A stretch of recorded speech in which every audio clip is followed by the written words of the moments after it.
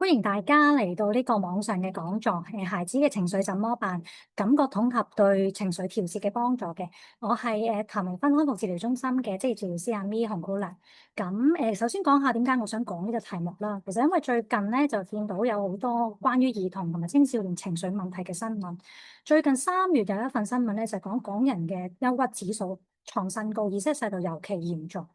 而4年10月咧，其實做過一個調查，其實有52%嘅青少年啦，其實係感到精神健康係唔理想嘅。咁其實最近咧3月14號咧，其實咁啱有個新聞無線電視嘅新聞透視咧，其實佢個 topic 講黃金介入期嘅，其實入邊咧都有訪問到一個成年人啦，其實佢係細細個嘅時候冇處理到佢個感覺統合啊或者專注嘅問題，去到大個咧先至發現其實自己係有一個專注力失調嘅情況。其實佢雖然講佢專注力失調，但係其實佢入邊講嘅症狀咧，都係包括咗好多啲感統嘅問題嘅，包括佢覺得條街好多聲啊，好嘈啊，好困擾啊，唔可以控制到個情緒啊等等。其實可能好多大人咧都會有一個情緒嘅問題，或者其實 underlying 咧可能都係一個感統失調嘅因素。所以其實我都好想講下啊，即係職業治療可以點樣幫到呢啲有感統問題或者情緒問題嘅人嘅咧？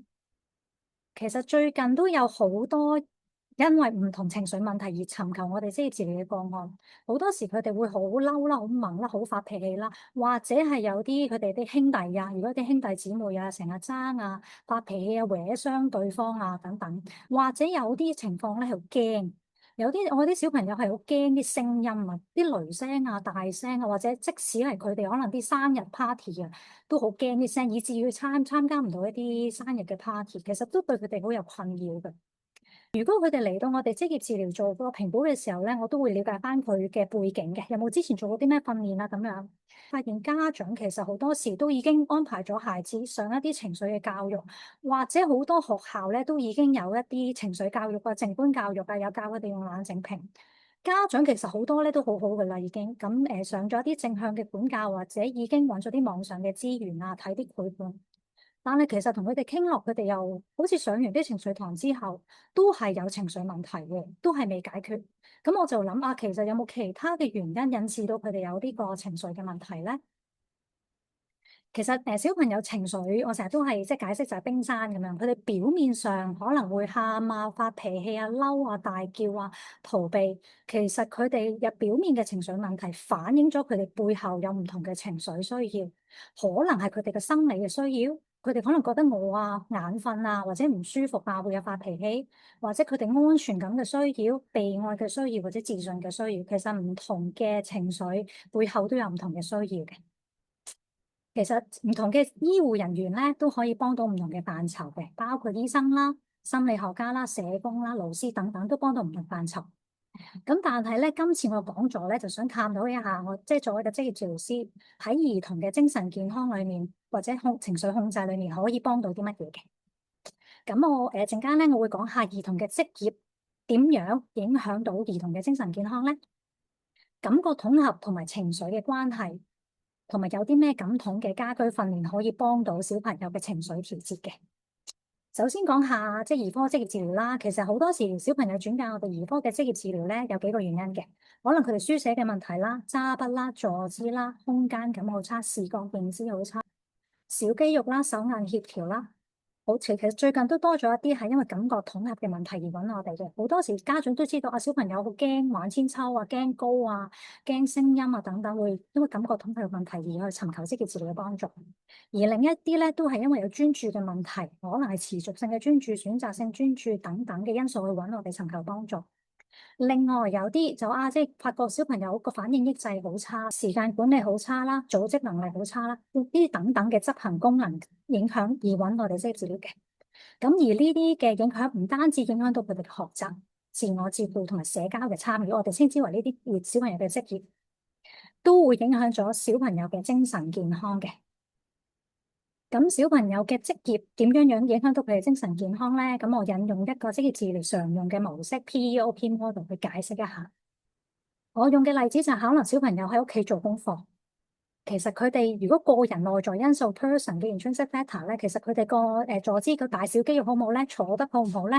佢哋個理解能力好唔好咧，感覺統合嘅能力好唔好咧，呢啲內在嘅因素環境嘅因素，嗰個功課會唔會對佢哋嚟講太難咧？會唔會太多咧？屋企個座椅環境安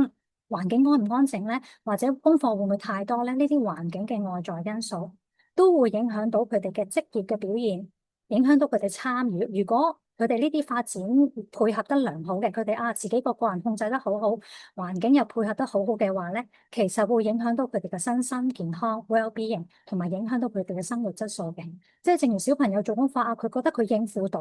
做得又舒服唔吃力嘅話咧，佢會多啲時間去玩，多啲時間去調劑佢嘅生活，所以佢生活質素都會好嘅。令家長容易啲明白咧，我會用呢個學習金字塔嘅模式。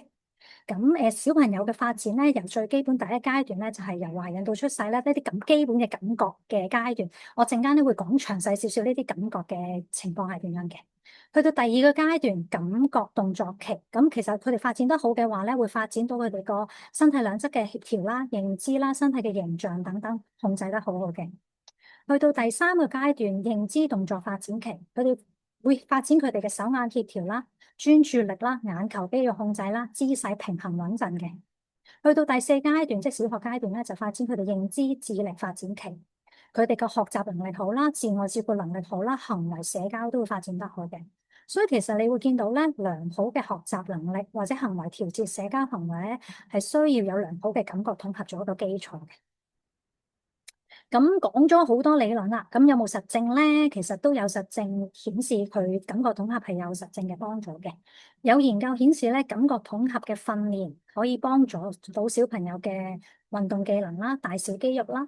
動作計劃嘅能力啦、社交嘅能力啦、專注力啦、閱讀能力啦，或者主動參與遊戲嘅動機，所以感覺統合咧幫助小朋友發展嘅。咁如果有感覺統合問題，有感覺處理障礙，都會影響到佢哋嘅情緒調節嘅。有幾份嘅研究都指出，兒童期感覺處理障礙，我哋叫 SPD 啦。如果唔處理嘅話咧，可以持續到去成年，同埋可能會導致成年人嘅情緒失調，或者增加佢哋焦慮嘅風險。而另一個研究指出，破壞性情緒失調 （disruptive mood dysregulation disorder） 嘅青少年咧，其實同時可能都會有感覺處理障礙 （SPD） 嘅情況，所以感覺處理障礙係會影響到小朋友嘅情緒調節嘅。而個訓練即係會影響啦，個訓練幫唔幫到咧？有一啲研究就指出，感覺統合訓練嘅介入咧，可以改善到自閉症譜系嘅小朋友嘅情緒行為，減少佢哋嘅攻擊行為、焦慮、抑鬱、退縮或者注意力嘅問題嘅。咁所以感覺統合嘅訓練咧，唔單止可以提升小朋友嘅大小肌肉啦、動作計劃啦、書寫閱讀、專注行為，都可以提升到小朋友嘅情緒處理功能嘅。好，講咗咁多即係感統嘅理論啦，咁究竟咩係感覺統合咧？其實感覺統合嘅理論咧係艾爾斯博士發明嘅一個理論嚟嘅，佢係一個職業治療師同教育心理學家嚟嘅。咁首先講下咩叫感覺啦，係啦，感覺嘅系統，我哋有八大系統嘅。咁最基本大家最容易明噶啦，視覺啦、聽覺啦、嗅覺啦、味覺。因為呢啲大家都容易明白，我就唔詳細講。我詳細講之後嗰四個感覺系統啦。一個本體覺 proprioception，其實個接收器咧喺個肌肉嗰度啦、筋腱啦、關節嗰度。其實佢可以幫助我哋了解我哋個身體部位，即係我哋啲手手腳腳喺邊度啊，膊頭啊、頭啊喺邊度，關節嘅位置。我擘大手係啦，合唔係手，我喺去扣鈕，其實知道我啲手手腳腳關節係喺邊度。用力嘅大細係啦，我知我幾大力幾細力去扣個鈕啊。攞支筆要幾大力幾細力係啦，用力嘅大細都係關於本體覺。動作嘅方向，我去邊度攞支筆係啦，支筆擺去邊個方向去寫字係啦，動作嘅方向、寫字嘅速度、大細力嘅控制、速度都係關於本體覺嘅。而本體覺嘅功能咧，就可以幫助我哋建立我哋身體嘅意識啦，促進我哋嘅空間感，幫助到我哋手眼協調啦，同埋可以支持我哋動作計劃，我哋啲協調能力啊，學啲新嘅技能啊，咁都幫助到嘅。所以其實如果本體覺發展得好嘅話咧，可以控制到我哋身體，幫助到我哋嘅情緒穩定、情緒調節嘅。另一個都好常聽嘅就係前庭平衡覺 vestibular，其實佢個接收器咧喺個內耳嗰度。係啦，包括半規管 （semicircular canal） 有三個平面嘅，橢圓囊 （ventricle） 同埋球囊 （sacrum）。其實半規管就係三個平面啦，我哋喐個頭啊，喐個頭啊，或者瞓低個頭啊，其實呢三個平面都係半規管，幫我哋知道我哋頭部嘅位置、頭部嘅喐動嘅。隨緣囊同埋球囊咧，就係一啲上下、前後一啲 linear 嘅 movement，幫我哋知道我哋頭部啦同埋空間嘅位置嘅。咁所以咧，其實前庭覺咧係幫助我哋可以維持到姿勢嘅平衡啦，知道我哋個速度啊、轉嘅速度啊、轉嘅方向啊，同埋其實咧，即使我哋轉緊個頭，其實我哋都可以眼定定望住一個位嘅，即係我即使轉緊個頭咧，其實我都可以眼定定望住個屏幕嘅。前庭覺都可以幫助到眼球嘅穩定性嘅。另外都有研究指出咧，其實前庭覺都可以幫助到我哋調節我哋個覺醒狀態，就係一啲快速啊轉動嘅前庭覺嘅刺激咧，其實可以令到個人醒啲，即係個覺醒狀態會高啲。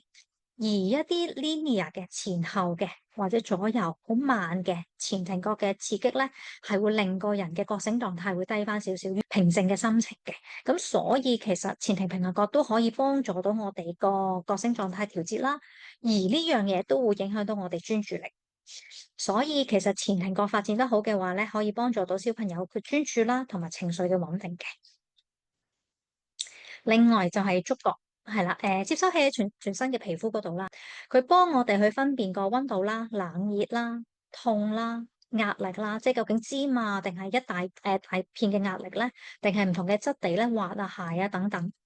如果觸覺處理得好嘅話咧，其實可以幫到我哋個身體嘅安全感啦，同埋情緒嘅穩定嘅。另外呢個第八個感覺內感受 interoception，其實幫我哋感知我哋身體嘅內部信息。接收器喺個心臟啦，內部嘅器官入邊嘅，等我哋可以知道我哋個心跳快定慢啦，呼吸急定慢啦，我哋肚餓啊定係夠飽咧，或者我哋需唔需要去廁所咧？呢啲等等身體內部信息，其實佢功能咧就可以幫我哋維持身體嘅內平衡。係啦，我哋知道我哋夠舒服啦，夠飽啦，係啦，我哋唔急住去廁所啦，心跳好慢啦，呼吸都好慢啦，而維持身體嘅平衡咧，都可以幫助我哋調節我哋嘅情緒嘅。咁所以內感受好咧，我哋知道自己嘅感受同埋知道我哋嘅需要嘅話咧，都可以幫到我哋嘅情緒穩定。好，咁講咗咁多感官系統啦，講下咩係感覺統合咧？其實感覺統合咧就係大腦處理感覺信息嘅能力。我頭先講咗好多唔同嘅感覺接收器啦，感覺接收器接收到嚟自環境同埋身體嘅刺激之後，輸入去個大腦作出一個分析同埋整合，跟住組織翻成為一個有效嘅行為或者一個有效嘅情緒反應，我哋稱之為適應性嘅反應。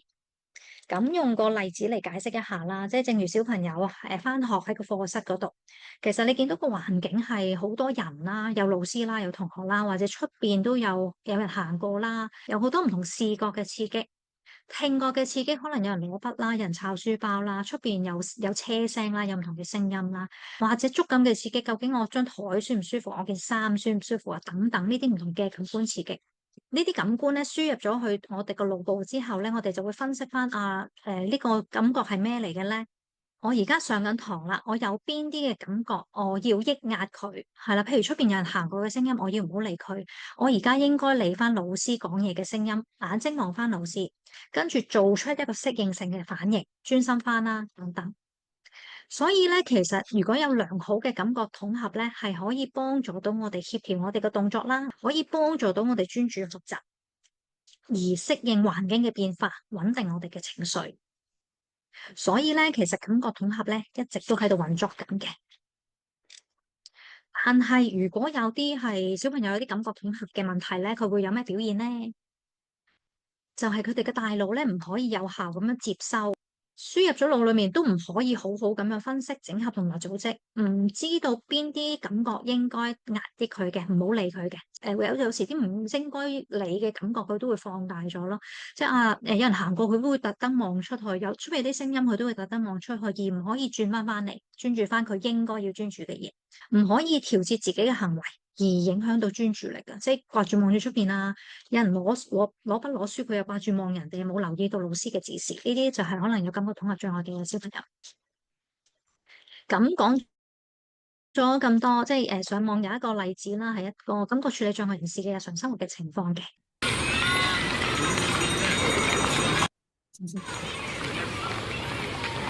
喺個街道嗰度，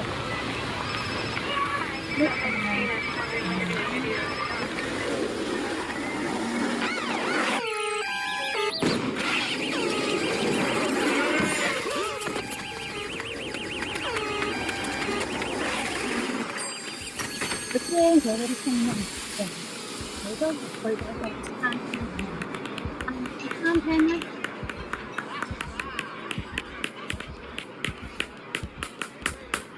可能佢一點一啲筆放大咗嘅感覺。我哋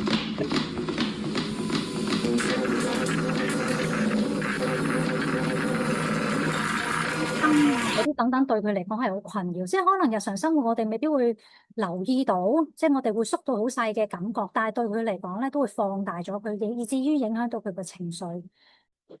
好，咁感覺處理障礙其實即係正如頭先講啦，咁頭先個例子咁樣啦，就係大腦唔可以有效咁接收、組織同埋回應感覺輸入，以至於影響到日常生活。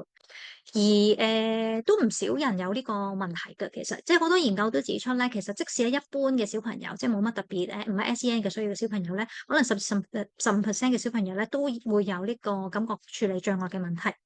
早產嘅小朋友咧有43%有感覺處理障礙問題啦，而自閉症係啦75%至90%，而 ADHD 專注力失調嘅人咧，咁其實有50%至60%咧都有呢個感覺處理障礙嘅問題，咁所以其實個情況都幾普遍嘅。咁簡單講下呢個感覺信息喺大腦嘅傳送啦，即係正如頭先講啦，好多唔同嘅感覺接收器啦，跟住會傳送經過脊髓啦 （spinal cord） 傳送上去 brainstem 腦幹嗰度，跟住再傳送上去 thalamus 丘腦嗰度。而呢個係一個感覺信息篩選嘅中心，即係邊啲信息係要傳送上去，邊啲信息係唔需要理嘅話咧，就係丘腦 thalamus 嗰度處理。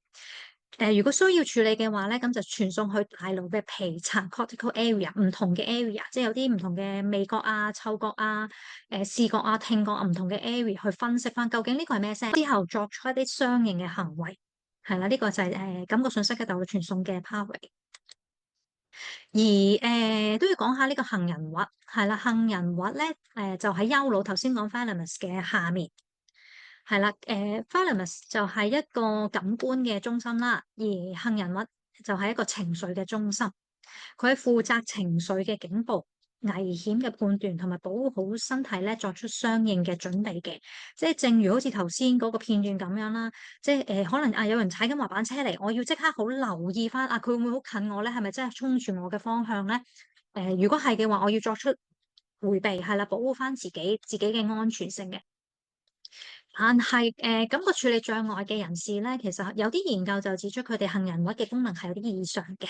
佢哋大腦咧成日都會誤判啲危險啊，好似頭先嗰個片段咁樣，即係明明衝過嚟，其實冇撞到佢嘅，佢都即係覺得好驚，即刻逃避，即刻走，好似有危險就即刻走咗啦。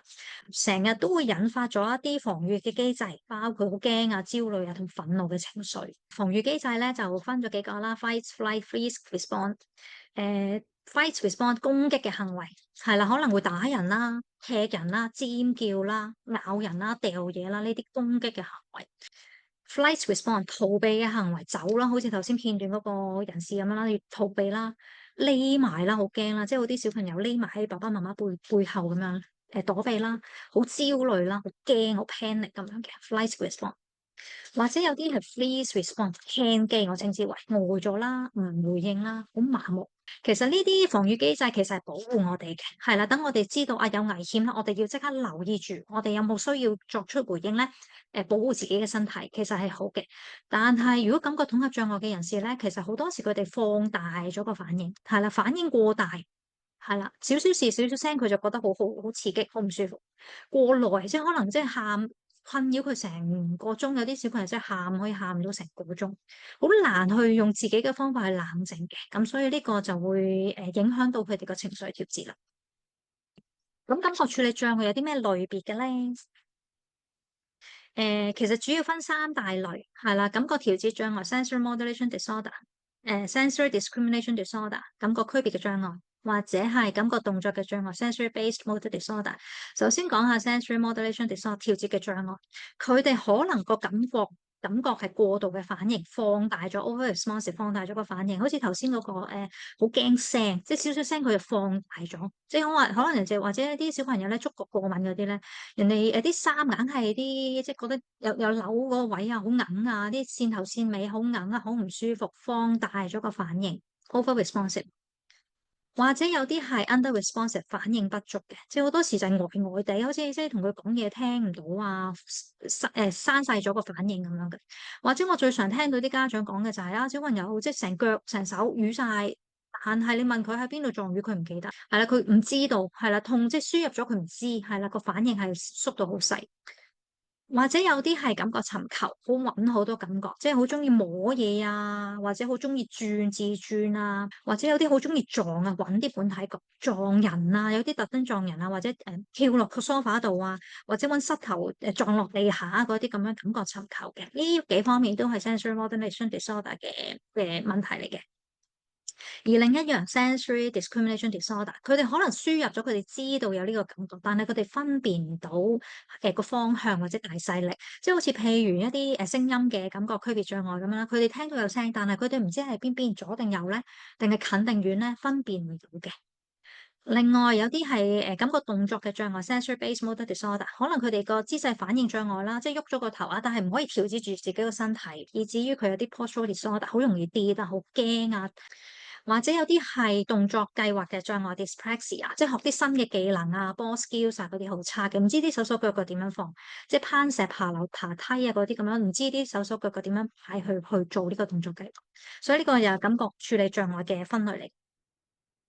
而小朋友嘅問題咧，可能淨係出現喺一個或者多個嘅感覺系統，譬如有啲小朋友係感覺過度反應 over responsive，可能淨係得一個淨係聲音嘅啫，或者有啲係即係有啲我稱之為高敏嘅小朋友啦，可能聲音又放大咗，係啦，好驚啲聲，啲質感又放大咗，啲嗅覺啊又放大咗，可能唔同嘅感官都有呢個反應過度嘅問題。或者係唔同嘅感覺系統出現唔同嘅反應嘅，即係有啲小朋友可能聲音過敏，係啦，即係啲聲好嘈覺得，但係佢有時佢啲本體覺嘅尋求嘅喎，佢會好中意撞啊、跳梳化啊等等，唔同嘅感覺系統有唔同嘅反應，呢個都係可以稱之為感覺處理障礙嘅。咁如果真係發現小朋友有啲感覺處理障礙啦，咁我哋會點樣做咧？我哋收到轉介之後咧，我哋會做一個評估啦，會同家長去傾面談啦，了解翻小朋友喺日常生活嘅情況係點樣啦，跟住有個感覺統合嘅問卷啦，係啦，呢個香港嘅 norm，了解翻小朋友同埋香港嘅小朋友個比較，佢有冇咩感覺統合嘅問題啦，有啲 standardized assessment 標準化嘅評估，另外我哋都有啲 clinical observation 觀察，係啦，佢啲姿勢控制啊，真係叫佢喺個感統房嗰度攀爬啊，或者唔同嘅玩唔同嘅千秋啊，個表現係點樣，有啲唔同嘅觀察。咁我哋做完呢個評估之後咧，會分析翻個問題啦，同家長一齊制定個短期目標、長期目標，跟住就會設計一啲針對性嘅訓練。其實我哋會根據小朋友嘅需要去設計一啲訓練嘅活動嘅，係啦，或者會同家長去傾下日常嘅感覺餐單。佢除咗喺呢度訓練之外，好緊要嘅，翻去做一啲咩家居訓練，去幫助佢哋嘅情緒調節，或者有啲環境嘅建議，我哋會不斷去檢討個成效啦。咁其實最主要嘅目的咧，都希望引發佢有個適應性反應，可以做翻佢個職業需要做到嘅能力嘅。而呢度咧就係我哋譚榮芬康復治療中心嘅感統室啦，係啦，我哋職業治療師咧會因應小朋友嘅需要而設計個別同埋針對性嘅遊戲訓練，包括可能用唔同嘅千秋，有唔同嘅姿勢，唔同嘅玩法去練翻佢，訓練翻佢前庭覺啦，或者啲布彈床啊、治療波啊、彈床啊、布隧道啊等等，其實提升翻佢本體覺嘅輸入啦、協調嘅能力啦，仲有一啲輕樂嘅治療 therapeutic listening 係啦，幫佢個聲音減敏或者提升翻佢嗰個聲音分辨嘅能力啊、專注力啊或者協調能力啊，呢啲等等都可以幫助到嘅。另外一個刷新啦，其實好多家長都有聽過，係啦，即係 Rebecca Brushing Program，其實幫佢哋個觸覺減敏嘅。另外一啲口肌嘅練習啦，吹唔同嘅哨子啦，都可以提升到佢哋口肌嘅協調，啲力嘅控制啊等等，其實都可以幫到嘅。我見坊間其實都真係好多話我做緊感統訓練。係啦，但係其實佢未必有一個感統室。一嚟，二嚟，其實佢哋係咪職業治療師咧？其實即係我哋做感覺統合嘅訓練，我哋都有個核心要素 core element 要去遵守，先提呢啲其中一啲因素，我哋先至講可以係做緊感統訓練嘅。例如啦，我簡單講一啲係提供唔同嘅感覺嘅刺激啦，提供一個 just right 嘅 challenge，啱啱好嘅挑戰，即係唔可以太容易或者太難。係啦，佢哋要覺得佢哋有挑戰嘅，佢哋會更加願意去嘗試，先至有呢個能力嘅提升咯。等呢啲核心因素係啦，先至可以叫做係感覺統合，而唔係一般遊戲室。即係我見好多係即係平衡木啊、就咁治療波啊。即係如果冇呢啲因素嘅話，其實唔可以稱之為感覺統合。所以唔係普通嘅遊戲室嘅運動，或者有啲家長就話啊，我去最近開咗個屋企附近開咗個遊樂場，我去俾佢放電，但係其實唔係針對性去設計嘅遊戲活動，或者唔係做緊呢啲 core elements，其實都未必可以真係改善到小朋友嘅情緒調節或者專注力嘅。咁所以我哋都有啲因素去跟從啦。咁所以我覺得最緊要係真係揾一個有認可感統評估訓練證書嘅職業治療師，真係先至可以改善到個問題，先至可以對症下藥。好，講咗好多啦，咁跟住真係講翻即係如果真係家長發現小朋友真係中頭先講嘅感覺處理障礙喎，咁有咩家居訓練可以做到咧？咁但係都要講翻，因為其實感覺處理障礙，我頭先講嘅三大類啦，咁但係因為今次個網上嘅講座主要都係講提升小朋友嘅情緒調節能力，所以我嚟緊講嘅家居訓練都係主要針對住情緒調節能力而設計，即係建議嘅家居訓練。係啦，頭先我就講呢啲啦，主要係講一啲有情緒嘅咧，可能佢放大咗個感覺令到佢好驚啊，好唔舒服啊，好猛啊，或者佢反應不足，好呆啊，或者佢哋感覺尋求周嚟喐嚟喐去，揾嚟揾去，摸嚟摸去嗰啲嘢，以至於佢哋會好興奮。所以我嚟緊講嗰啲家居訓練都係針對住呢幾個範疇嘅。咁唔同嘅感覺去提供唔同嘅意先啦。即係首先我哋會最常用嘅真係本體覺係啦。個原則就係要用多啲重力嘅活動 heavy work activity 係啦，因為啲本體覺重力嘅活動可以令人平靜個情緒嘅。咁可以做下啲深層嘅按摩啦。即係最常見我就即係好多時建議家長，如果我哋屋企環境許可嘅話，可以考慮買個治療波啦。如果冇嘅話，可能買啲 cushion 都可以嘅。即係我哋有時啲大 cushion 輕輕壓佢個背脊或者壓佢個手腳。係啦，唔好壓心口，唔好壓到頭，因為會好唔舒服嘅，好刺激性嘅。另外都可以考慮買下啲彈力帶啦，係啦，去一啲拉展嘅作用，或者同佢鬥扯大纜拉下手腳嗰啲咁樣，其實都好多本體覺嘅輸入嘅。或者啲動物爬行啦，即係扮我哋鬥快扮個蛇咁樣爬去另一邊，係攞圈圈爬翻過嚟，或者扮蟹嘅姿勢去行過去，係呢啲都係好多嘅協調性啦，或者本體覺嘅輸入嘅。或者佢哋可以考慮着下啲重力嘅背心啦，即 weight blanket 啦、weight jacket 啦，或者一啲重力嘅 cushion，一啲重嘅或者唔同質感嘅嘢加喺上面，係啦，咁都可以令佢有個平靜嘅感覺。或者有啲 Lycra body shop 呢啲彈力布嚟嘅，係啦，拉架布好似泳衣嗰啲布料咁樣嘅，係啦，好多本體覺嘅輸入都可以幫助佢個協調啦，係啦，令佢冷靜啲啦，係啦，情緒平復嘅。但要注意個力度要適當，即係壓，尤其是壓背脊嗰個係啦。即係有時我都會問小朋友：你中意大力定細力啊？你覺得你中意個呢個緊啲係啦，定係鬆啲？你想佢有幾重啊？嗰個 cushion 或者個背心係啦，要力度要適當係啦，唔可以壓到頭同埋腹部，會有少少唔舒服嘅。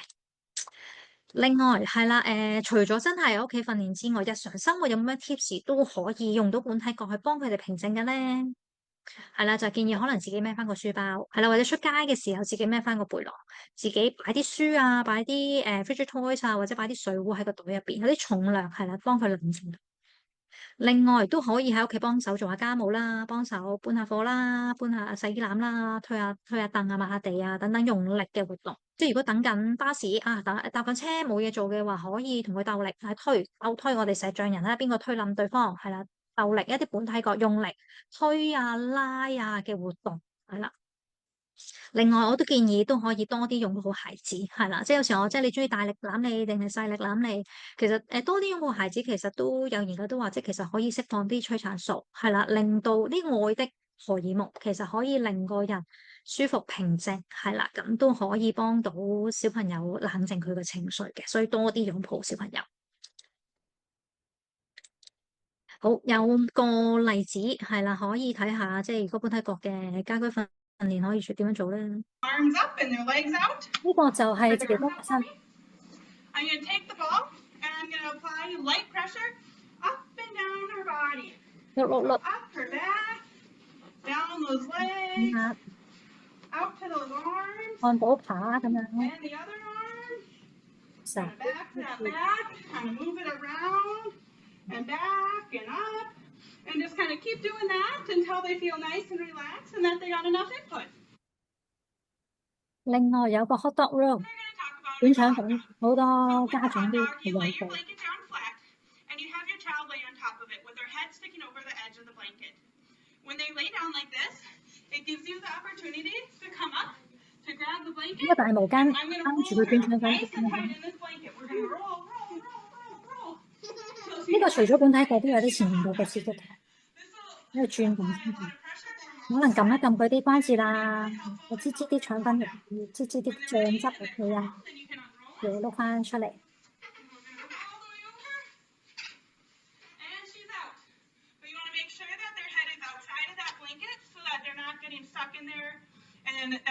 另外一啲前庭覺嘅運動，其實個原則咧就係要緩慢、有節奏同埋有規律嘅搖動。因為呢個即係前庭覺尤其要注意，因為即係如果太快轉動得太快嘅速度啊，太快嘅話，其實會令人刺激，提升咗佢個覺醒狀態。咁所以其實如果課平靜嘅活動咧，就要緩慢、有節奏同埋規律嘅搖動。建議可以考慮下啲室內嘅千秋啦，即係一啲搖籃啦，或者有啲我見有啲可以裝喺走廊啊或者門啊嗰度嗰啲室內嘅千秋。不過真係要注意安全，地下要墊一啲軟墊，係啦，避免佢受傷。另外可以考慮用大毛巾去拉搖千秋，係啦，或者一啲大毛巾嘅拉車嘅活動。陣間我哋有段片咧就有呢個活動嘅示範嘅。另外可以用治療波前後搖動啦，有啲節奏緩慢嘅搖動，或者滑板車拍下。但係家長都要留意控制個速度同埋安全，即係如果太快嘅話，轉得太快嘅話，其實係提升咗佢嗰個覺醒狀態，其實係刺激嘅。所以其實真係要控制住速度慢嘅，係啦，同埋可能如果真係太快嘅話，可能加啲重墊或者加個重嘅 cushion 扎一扎佢，等佢定翻啲。好緊要觀察小朋友嘅反應，即係如果太興奮嘅話，可能就真係要幫佢定一定冷靜下先至再繼續。日常生活可以喺屋企考慮買翻個搖椅啦，搖板啦，係啦，左右 linear 嘅 movement 都有助平靜嘅，或者一啲親子嘅瑜伽動作，即係啲 mountain pose 啊，downward facing dog 啊等等，呢啲都係一啲冷靜嘅前庭覺嘅活動嘅。咁呢個係一啲例子，一啲前庭覺喺屋企可以做嘅活動啦。拉毛巾車，呢個都幾好玩。其實小朋友坐喺個大毛巾上面去拉，係啦，前後左右嘅方向，或者調翻轉都得。其實即係小朋友坐喺上面，或者即係調翻轉大人坐喺上面，小朋友拉，睇下可唔可以拉到上下嘅彈跳啦，向前後嘅爬行啦，攞一啲唔同嘅英文字啦，前後嘅好重複性嘅，趴喺度又得，砌個英文字，或者瞓喺度，係啦，向上呢啲等等呢啲活動咧，都可以一啲平靜情緒嘅前庭覺活動。不過我都要強調，都要留意住小朋友個情緒狀態、覺醒度，因為即係好似呢啲上下彈一啲活動咁樣咧，其實會有少少興奮嘅作用嘅。咁如果真係小朋友太興奮嘅話咧，就可能即係轉換一個活動，或者加啲重墊俾佢，加個重嘅 cushion 啦，或者叫佢撳一撳住個頭，其實加啲本體覺俾佢，係啦，等佢個人定翻少少，唔會因為呢啲刺激而太興奮嘅。跟住講下觸覺啦，觸覺嘅原則就係速度慢而深嘅接觸，因為即係 light touch 啊，快嘅接觸咧，其實會刺激嘅。咁所以個平靜嘅觸覺活動咧，就係要慢同埋用力嘅。可以玩下啲 messy play 啦，玩下啲米袋啊、豆啊、唔同嘅沙啊、水啊等等啦，或者考慮買啲 sensory beans 啦，係啦，水珠係啦，唔同嘅顏色係啦，涼涼地都好舒服嘅。或者啲 happy sensor 啦，有啲唔同嘅氣味啦，唔同嘅泡泡聲音係啦，即係用力掂佢嘅時候，哇好凍，同埋咧有啲唔同嘅氣味嘅，咁所以都可以令到小朋友好平靜嘅。或者玩下啲手指畫啦，玩下啲沙畫啦，或者用唔同嘅物料咧去整一啲手工圖案嘅，咁都係一啲觸覺嘅活動。或者整一個觸覺箱去尋寶，即係伸隻手去摸下唔同嘅啊，即係揾翻啲數字啊，揾翻啲車工具出嚟啊，等等呢啲平靜嘅活動。日常生活可以做啲咩咧？都係幫手做下家務，做下啲小廚師啦，幫手做下啲曲奇餅啦，因為啲麵團啊，嗰啲黐立立啊，其實都好多唔同嘅觸感嘅刺激嘅。沖涼嘅時候啦，用下啲海綿啦，或者用下啲暖毛巾，係啦，再抹下面啊，抹下手啊，因為暖嘅嘢咧，其實都有穩定情緒嘅作用。或者地下鋪下啲唔同嘅觸感嘅地氈啦，或者擺喺個大豆袋，當佢即係覺得唔舒服嘅時候，可以即係喺個大豆袋度包住佢啦。都係繼續多啲親子嘅按摩，係啦，多啲擁抱孩子，係啦，都可以令佢平靜嘅。同埋玩下啲背脊寫字。係啦，背脊寫字嘅遊戲啊，即係喺大人嘅背脊又得，或者小朋友嘅背脊嗰度寫翻都得，係啦啊，即係我寫個八字咁樣啊，我寫啲咩咧？你話翻俾我知，或者喺台面嗰度喺啲沙嗰度寫翻出嚟，其實都係一啲遊戲去幫佢哋減壓嘅。但係要注意，即係如果一啲觸覺過敏嘅小朋友咧，其實即係如果你攬佢之前或者掂佢之前咧，要同佢講一聲先，唔好即係令佢過度，即係冇預計之下咧，佢會過度刺激，影響咗個情緒調節嘅。另外其他感官係啦，試過嘅話咧，可以簡單嘅色彩嘅 sensory bottle 啦，速度慢嘅流動都可以令佢 calm 嘅，或者可以觀察下大自然，即係睇下啲花有啲唔同嘅咩花啊，有啲咩草啊，咩顏色嘅草啊，望下天空有冇咩雀仔啊，有冇咩飛機飛過啊，其實呢啲少少靜觀嘅概念都可以幫到小朋友平靜。聽覺嗰方面係啦，個原則係要聲音細嘅、輕柔嘅、節奏慢嘅，或者聽即係揾下一啲平靜嘅音樂、抒情嘅音樂係啦，或者啊日常生活行緊街、等緊車嘅時候，我聽下有冇咩大自然嘅聲音，有冇雀仔聲音，有冇啲風嘅吹動到啲樹葉嘅聲音，呢啲都係少少 mindful 嘅概念去幫小朋友平靜嘅。另外口肌嗰方面，個原則係要用力嘅，同埋即係可能飲啲暖嘅水啊，都幫佢定啲嘅。可能用啲飲管啦，即係呢啲長嘅飲管，因為飲嗰時索用力多啲嘛，咁所以其實都係有啲半體覺嘅輸入，都會令佢平靜啲。或者玩下啲吹紙球啊，整啲 cotton ball 啊，鬥快吹去終點啊，吹下啲 bubble 啊，係啦，吹下氣球啊等等，其實用力嘅嘢其實都可以幫到佢冷靜嘅。咬一啲硬嘅食物啦，嚼下香口膠，其實都可以幫到人平靜嘅。嗅覺嗰方面要一啲平靜嘅氣味，即係可能啲香薰啊、啲薰衣草啊等等。其實除咗香薰之外咧，有啲小朋友即係我有個嗅覺過敏嘅小朋友咧，其實佢又唔係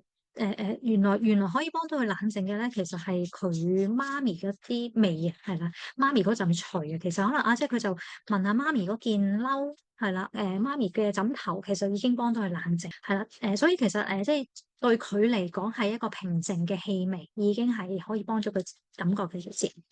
另外內知覺嗰方面係啦，就係即係可以做下啲 body scan 啦，即係我哋摸下係啦，我而家心跳快定慢？係啦，我個呼吸急速定係快，淺嘅定係深嘅？我個肚係啦，個胃喺邊度？個肚仔而家係幾多分飽？啊，7分飽就夠噶啦，唔好食到10分飽，10分飽就有時啲小朋友就10分飽就即刻嘔出嚟啊！咁係啦，我而家覺得自己夠啦。有時兒童啦或者成人咧都可以做一啲靜觀嘅練習，啲深呼吸啊，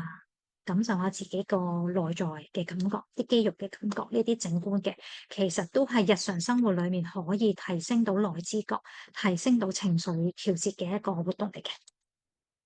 我有時都聽到啲家長講話啊，即係我都已經有好多減壓嘅玩具啦，啲 fidget toys 啊，啲咩焦慮嘅玩具啊，其實我都有好多，但係佢覺得冇用。點解咧？其實我想話啊，即係感覺係感統係多感官嘅統合，即係唔係淨係一個感官，即係可能啲練練波淨係本體覺，只係其中一個感覺。嘅輸入啫，即係感通係多方面嘅，所以其實我哋有時一路玩千秋，一路聽住個聽覺治療，呢個先至係幫到小朋友嗰個提升我自個組織嘅能力嘅。咁所以其實需要針對小朋友嘅需要嘅，咁需要針對小朋友佢究竟邊一個感官係幫到佢情緒調節，要依個需要去調整翻佢嗰個要幾嘅感覺輸入啊先至夠，所以其實真係要同治療師去傾下感覺嘅餐單，係啦，先至幫到佢個情緒調節同埋檢討，我覺得都好緊要，檢討咩方法有效。另外都有啲建議係啦，就感覺統合嘅日常建議係啦，我就用翻個 POP 嘅 model 去作出一啲建議啦，日常生活上。如果真係做訓練啊，或者揀一啲感覺嘅方法嘅時候咧，最緊要係小朋友選擇，因為小朋友先知道佢自己需要啲咩感覺，child centre，同埋啱啱好嘅難度，唔好太容易，太容易佢又覺得冇乜挑戰，好悶，唔想做。太難嘅話，太難啦，我好難做啊，我做唔到啊，咁樣，所以其實啱啱好少少難度，佢覺得好有挑戰性，佢下次願意去繼續做。引導佢自我組織嘅行為啦，係啦，即係當我知道自己太興奮嘅時候，我有個冷靜 calm down corner 去幫自己冷靜，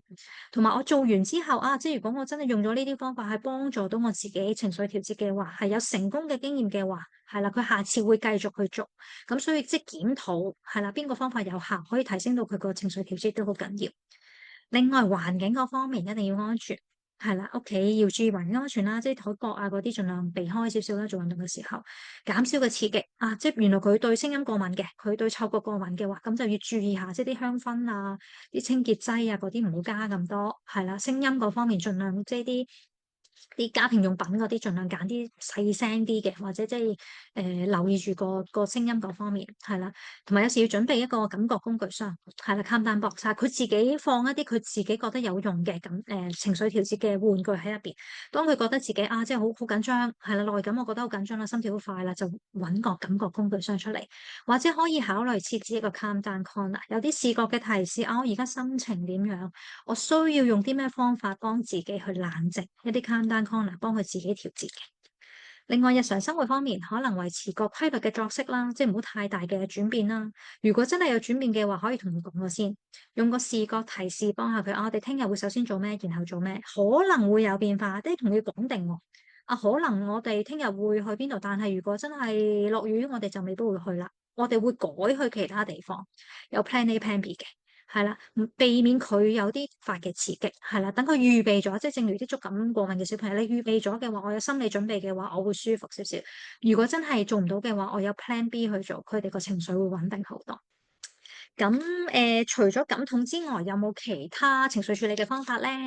其實即係感統只係其中一樣，係啦。我見有啲小朋友感統處理咗啦，但係其實佢都仲係好似有啲未，硬係有時某啲情況會有啲情緒焦慮喎。咁可能其他嘅因素，即係可能 gravitational insecurity 係啦，即係離地唔安全，佢覺得係啦好唔舒服，佢有啲原始性反射未整合。係啦，等等嘅因素可能都令佢有情緒嘅，咁所以真係要揾翻治療師去做一個詳細嘅評估分析，究竟佢咩因素令佢仲有呢個情緒。同埋有時我覺得都要真係了解翻小朋友或者自己嘅溝通模式有冇影響到小朋友嘅情緒嘅，即係正如我有個個案咁樣啦，雖然佢係校隊係啦，足球嘅校隊好叻。係啦，踢波前鋒好犀利，但係其實佢前場過敏嘅，係啦，即係佢轉啊暈車浪嘅，原來佢咁佢係有佢嘅感覺需要，以至於佢好容易暴躁。但係其實有時佢講翻佢自己有情緒嘅時候，都係因為媽咪，我喺度做緊功課嘅時候，媽咪仲不停咁樣俾好多練習我做，即係好似做唔停咁樣。其實環境嘅因素都有影響到佢嘅情緒嘅，咁所以我哋有時真係分析翻，除咗小朋友嘅問題之外。環境嘅因素、家長嘅支持或者個要求，會唔會令到小朋友有情緒？咁所以都要知道即係咩因素令到小朋友有呢個情緒咯。好，跟住我就想講一兩個個案啦。咁一個5歲嘅女嚟嘅，嚟揾我嗰時 K3 嘅。咁因為嚟 intake 見我哋嘅時候咧，我哋都會問下家長佢哋有啲咩問題。咁家長好好，其實都俾我分享翻小朋友嘅問題喺呢度公開翻俾大家知道分享嘅。咁媽媽嗰陣時就寫啦，小朋友嚟到嘅時候，佢個問題就成日哭啦，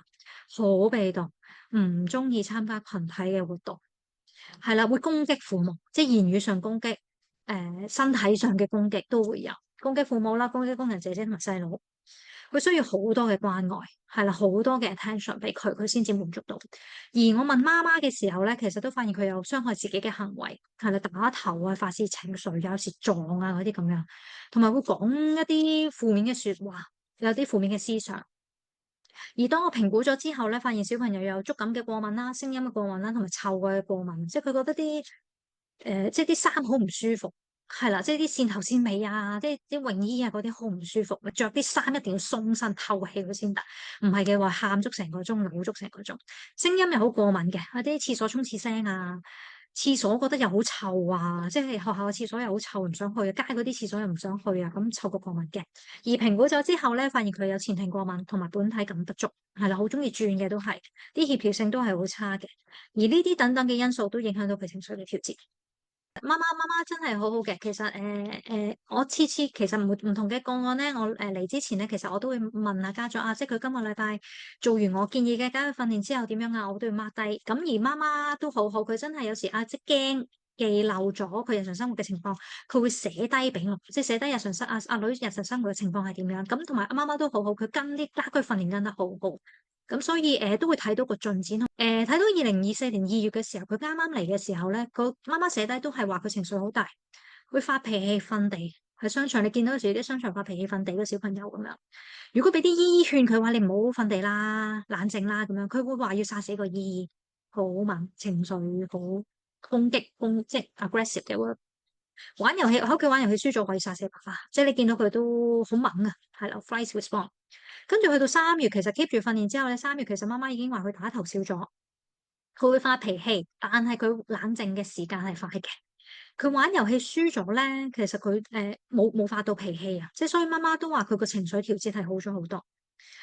跟住去到4月嘅時候咧，媽媽都寫低啊，佢覺得佢比以前開心咗，個人合作咗，即係嗌佢做嘢順攤啊，好多時家長話順攤咗，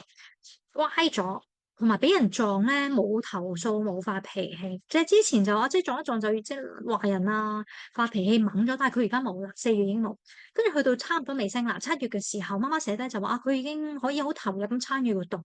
同埋思想好正面，冇再講佢發脾氣啊，傷害自己嗰個行為已經冇咗好多。所以其實都睇到佢個進展都好開心。同埋我都強調一個良好嘅溝通合作，即係呢個媽媽真係好好，即係俾佢啲家居訓練跟得好足。同埋有咩佢真係會寫低俾我，即係等我有個 record，知道點樣逐樣逐樣去幫佢。良好嘅溝通合作係可以提升到治療嘅效果嘅。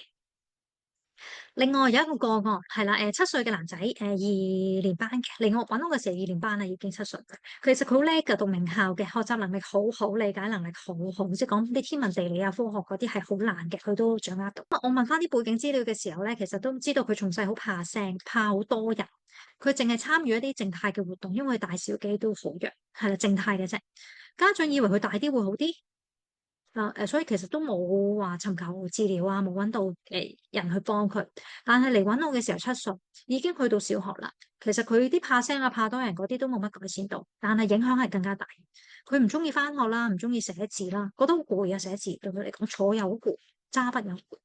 體育堂啦，唔中意上體育堂，啲協調啊，佢真係做唔到拋接波啊、跑步都好，即係佢又知道自己比人差，佢唔中意表現，俾人知道佢自己差，所以唔中意上體育堂。小息佢會覺得好嘈，而影響到佢個社交。啲有啲令我諗起有啲似嗰個新聞透視嗰個成年人咁樣啊，即係我幾係影響到佢社交參與。所以其實我覺得及早介入係好需要嘅。所以有少少總結啦，其實希望今次嘅網上講座啦，可以提高家長嘅認識，等家長知道唔同其實都會影響到情緒嘅調節。而都會影響到兒童同埋青少年嘅或者即係成年人嘅心理健康、精神健康，所以其實及早介入係需要嘅，係啦，適當嘅時候去介入，適當嘅份量去介入都係好需要嘅。有時如果真係問題唔係太嚴重嘅話，可能真係即係我哋發現佢某個感官過敏或者一兩個感官係尋求嘅，可能簡單做啲家居訓練，係啦，環境嘅配合。感覺餐單可能幫到，但係如果好嚴而影響到嚴重，而影響到佢社交嘅參與啊，嘅話，咁可能就真係要揾相關受訓嘅職業治療師做個詳細嘅評估，作一啲針對性嘅訓練嘅建議、家居嘅建議，先至可以幫到嘅。咁最後啦，即係希望今次嘅講座可以提高家長認識啦，同埋希望。即係每一個我哋個兒科嘅醫護人員都好希望，就每個孩子都可以快樂成長。咁都少少分享啦，就係啲網上嘅資源啦、Apps 啦，其實係得有關靜觀嘅，可以揾下啲 New Life 330啊。或者個樂天心情嘅靜觀嘅 Apps，其實入邊都好多嘅練習可以教家長點樣做，或者一個 Smiling Minds 嘅 Apps 可以知道點樣做嘅。如果真係頭先講嗰啲感覺統合嘅問題都好重小朋友喎，咁我哋可以邊度尋求協助咧？有需要嘅話可以聯絡翻我哋啦，係啦，我哋唐永芳康復治療中心啦，或者即係上我哋嗰個網頁係啦，或者我哋嘅 IG 嗰度有好多課程嘅資料嘅，咁可以聯絡翻我哋去尋求協助嘅。咁今日主要講到咁多。因為之前好多家長都好好嘅，報名嘅時候咧，我哋都有個問題嘅 Q&A section，即係如果家長想問問題嘅話咧，可以寫低問題俾我哋盡量去解答嘅。咁我即係雖然有少少 overrun 唔好意思先，咁但係我都希望盡量答到家長嘅問題，幫你哋解決問題嘅。咁有啲家長問即係有冇日常生活嘅例子可以使用？減低小朋友嘅情緒敏感啊，或者即係幫佢平復情緒。我建議真係可以考慮，即係有個袋啦，即係 sensory bag，唔一定話呢啲 poppet 啊嗰啲咁樣嘅，即係總之有個袋係放佢一啲感官，可以幫到佢平靜嘅一啲玩具。當佢好焦慮嘅時候，有啲活用具可以幫到佢情緒冷靜，可能一啲黏黏波。係小朋友好中意黏黏波、poppet 啊、fidget toys 啊，或者有啲係真係中意佢自己嗰陣味，攞自己嗰條毛巾，或者即係佢中意啲香味，可以啲 hand cream 啊嗰啲俾佢聞下，冷靜下，或者即係咁啦，呢啲有啲sensory bags 去俾佢預備定，當佢有情緒敏感嘅時候可以用嘅。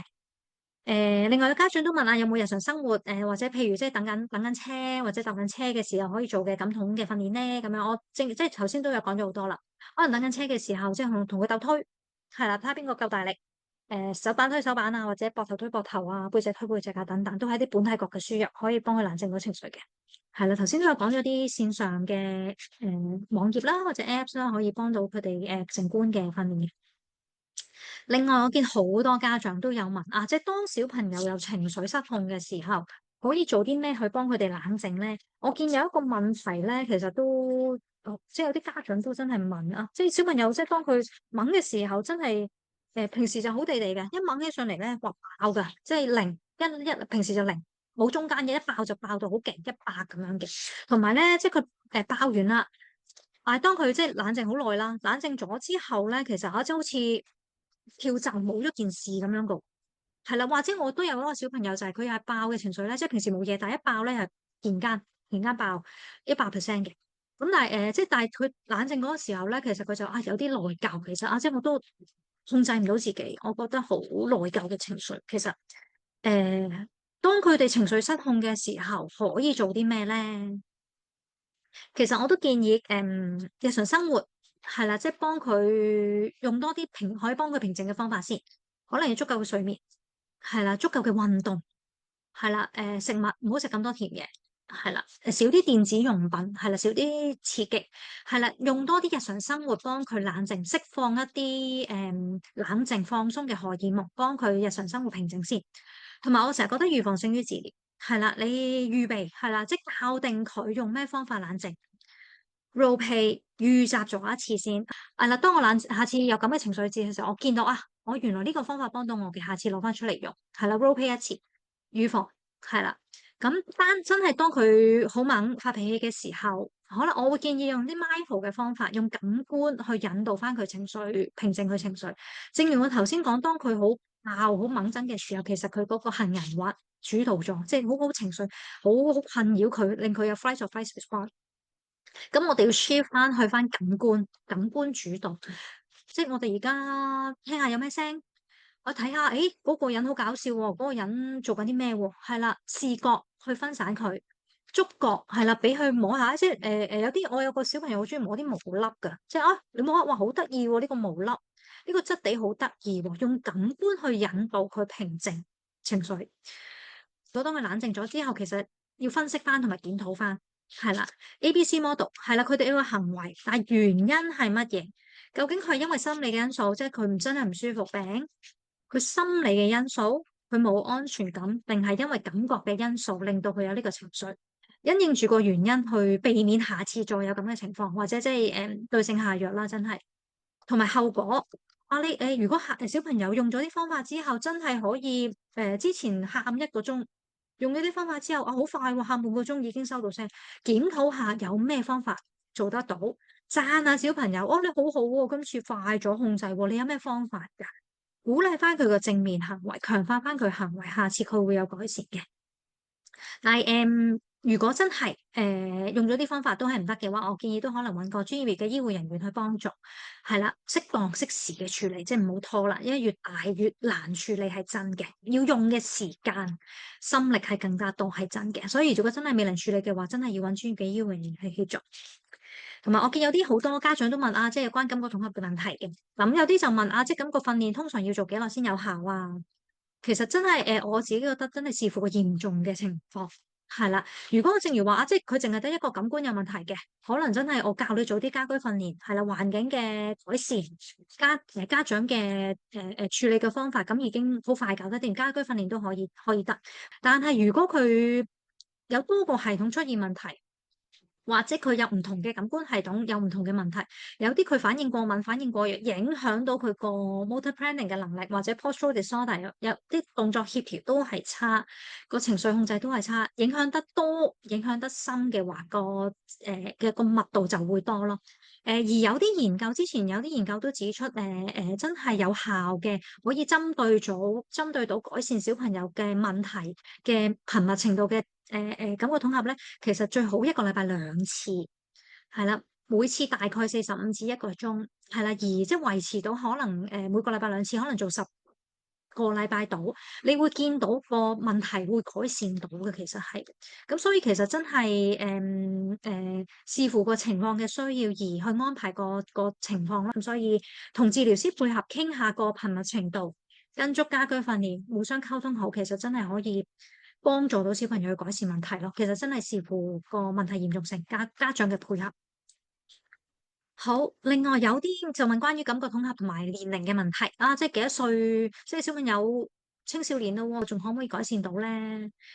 研究一定話，即係好多都話咩黃金介入期啊嗰啲咁樣，其實一定係6歲之前個腦嘅發展、神經系統嘅發展係最快、最多噶啦。6歲之前係最好，但係其實6歲之後佢哋個腦唔係停止發展嘅，佢哋仲有個 neuroplasticity 係啦，個神經嗰個可塑性係啦，仲發展緊嘅，其實都唔會停㗎。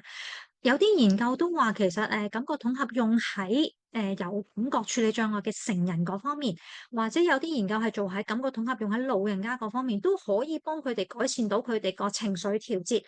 咁所以感覺統合喺唔同嘅年齡嘅階層、唔同嘅問題都有研究出到嘅。但係講真，好坦白，真係越細越好。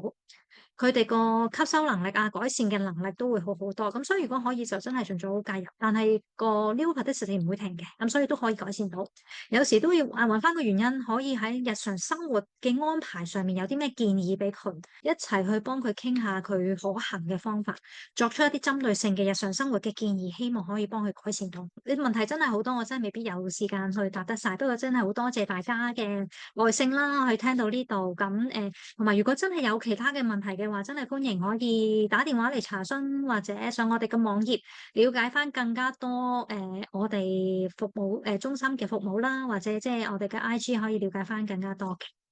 好，唔該晒大家，有需要再聯絡，唔該晒。